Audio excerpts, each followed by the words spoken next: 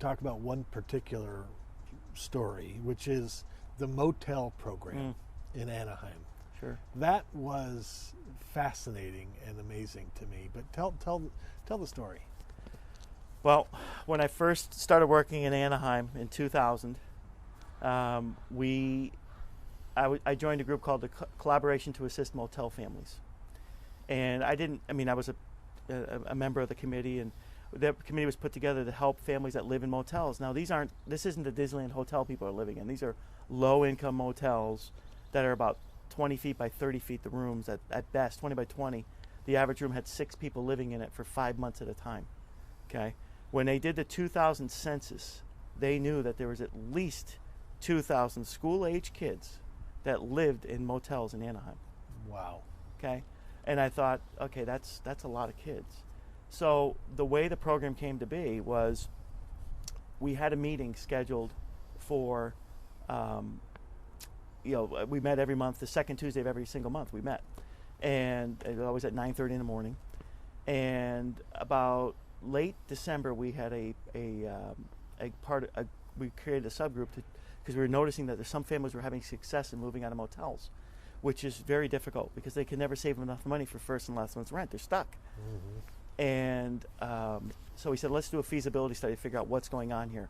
So the group was going to be presenting their information. They said it's going to probably take us the rest of this year and through the summer, and then we'll be ready by September to present for next school year what we can do to help. We thought, okay. So all along the lines, we had meetings every month. And then in 2001, the second Tuesday was 9/11. And I'm a native New Yorker from upstate New York, not from the city. But all the events by 9:30 in the morning had already happened. All the horrific events.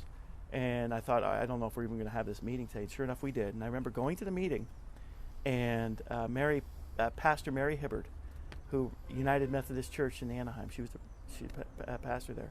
She kept, her pager kept going off. She had a pager then. Kept going off, and she had to keep going, helping. And the other person, Reverend Jimmy Gaston, I remember him getting called to the convention center. Picture this. I mean, there was 2 conventions in Anaheim at the time when this happened. People couldn't go anywhere, so they were in a panic. And I remember him leaving. And the first item on the agenda was this group was going to give their results of their feasibility study. And the chairman of the group got up, and they had done nothing. They had done nothing. And I remember, honestly, I was upset. And I remember thinking, what am I doing here? I mean, and then I thought, well, what am I doing?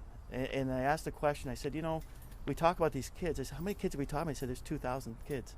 I said, okay, where's the highest need where the most kids are? And they said, well, that would be the Arena Inn, which is a stone's throw away from Disneyland, not that far from Disney, in the resort area. I said, okay, at that time we had 2 vans at our club, and we used them to go pick kids up in the afternoon, bring them to the Boys and Girls Club from school, and then the van would sit for 23 and a half hours. I said, well, why don't we'll take our vans, go pick kids up from the motels, that motel, bring them to the Boys and Girls Club, we'll bring them home. And I remember the committee chair going, that's great, Michael, but we can't afford to pay for it. I said, no, we'll figure it out. We'll work it out. And I remember getting on the phone after the meeting thinking, what have I done? What have I committed this to? And I called our board chair, and these are the people that deserve all the credit.